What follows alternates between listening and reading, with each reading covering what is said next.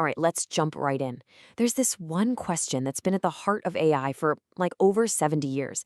Can a machine actually think? I mean, how would you even know? Well, the legendary Alan Turing came up with an answer that's as brilliant as it is simple. It's called the Turing Test. So yeah, this is the big one. Can machines think? You gotta remember, back when computers were just getting started, this was pure philosophy. It wasn't about algorithms or processing power. The real problem was, how could you ever prove it? How could you test for thinking? That's the massive puzzle Alan Turing set out to solve. Okay, so here's how we're gonna break it all down. First up, we'll talk about the imitation game. Then we'll get into how the test actually works. After that, we'll look at some key milestones, dig into the big criticisms, and finally wrap up with why this thing is still so important. All right, first up, the imitation game, a simple solution to a seriously complex question. You see, Turing was smart. He knew that trying to define thinking was just a philosophical rabbit hole you could get lost in forever. So he did something brilliant. He completely sidestepped the question. Instead of asking, can machines think, he changed the goalposts and created a game to ask a much more practical question. And here's the absolute core of it. The test isn't about being correct. It's not about solving complex equations or spitting out facts from Wikipedia. It's about being, well, human. It's about being so convincing, so nuanced, so full of personality and conversation that you just can't tell it's a machine. At the end of the day, can an AI be so human-like that it fools you completely? And this idea isn't new. We're talking way back in 1950, from Turing's paper, Computing Machinery and Intelligence. I mean, think about that. This is one of the founding documents of all of AI. While most people were just trying to get these room-sized computers to do basic math, Turing was already thinking light years ahead, wondering what they could ultimately become. Section 2, how the test works. Let's get into the rules of the game. So, we've got the big idea down, but what does the setup actually look like? It's surprisingly simple, but trust me, the implications are massive. Let's break down who's playing and what the rules are. Okay, so there are 3 players in this game. First, you've got player C, the interrogator. This is a human, and their whole job is to be the judge, to figure out who's the person and who's the machine. Then you've got the other 2 contestants, hidden away. Player A is the AI, and its mission is to fool the judge. And player B is another human, and their job is to convince the judge that they're the real human. It's a 3-way standoff.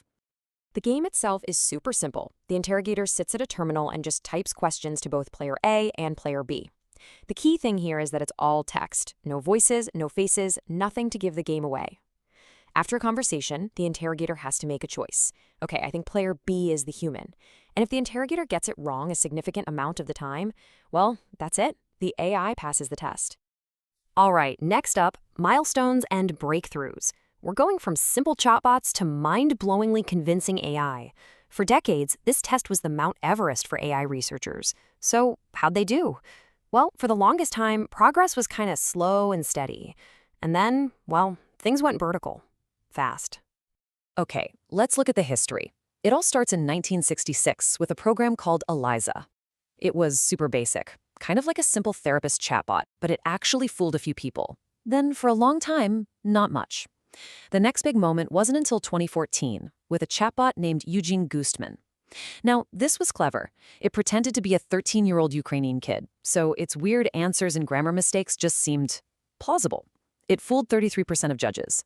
But then, look at what's happened lately. In 2024, GPT-4 is fooling people 54% of the time. It's officially better than a coin flip. And when you give these AIs a specific persona to play, the success rate is projected to jump to a staggering 73%.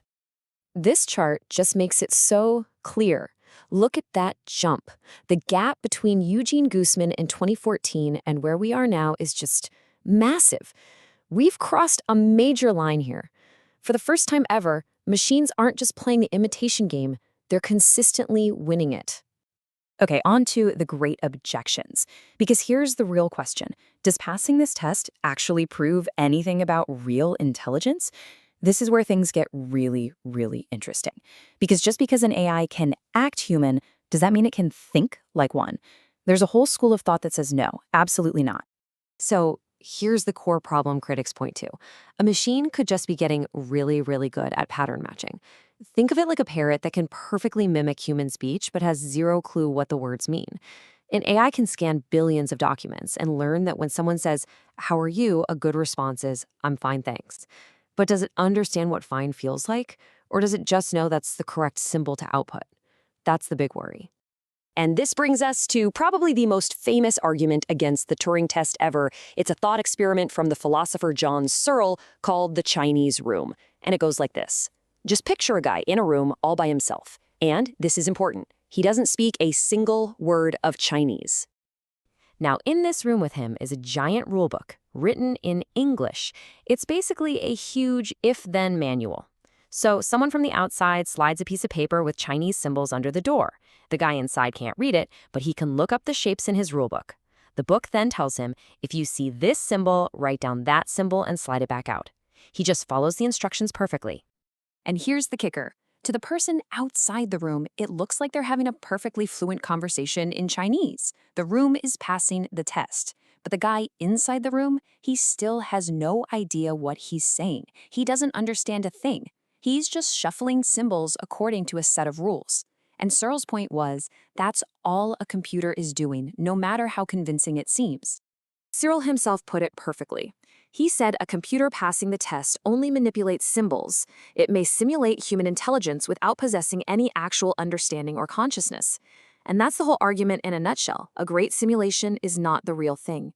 And the Turing test, according to its critics, can't tell the difference. And look, the Chinese room isn't the only issue people have. There are other big critiques. For one, the test is really about deception, right? Tricking someone isn't the same as being intelligent.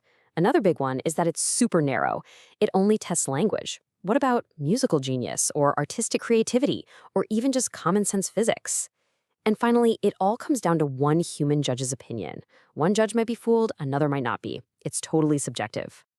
Last section, why it still matters, or the test's new role in the age of AI. Okay, so we've established the test is full of holes, it doesn't really prove thinking, so why on earth do we still talk about it all the time?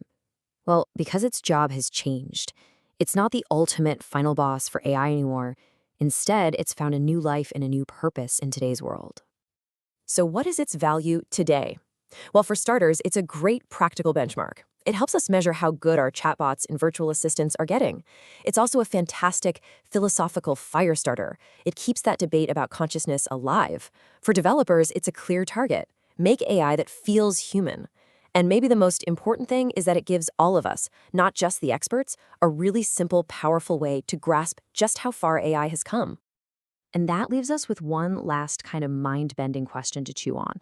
If we build an AI that is so good at this game that you genuinely cannot tell it apart from a person, if it's a perfect imitation, does the difference between real and fake thinking even matter anymore? If it walks like a duck and talks like a duck, what else is there? That's something I'll leave you to think about.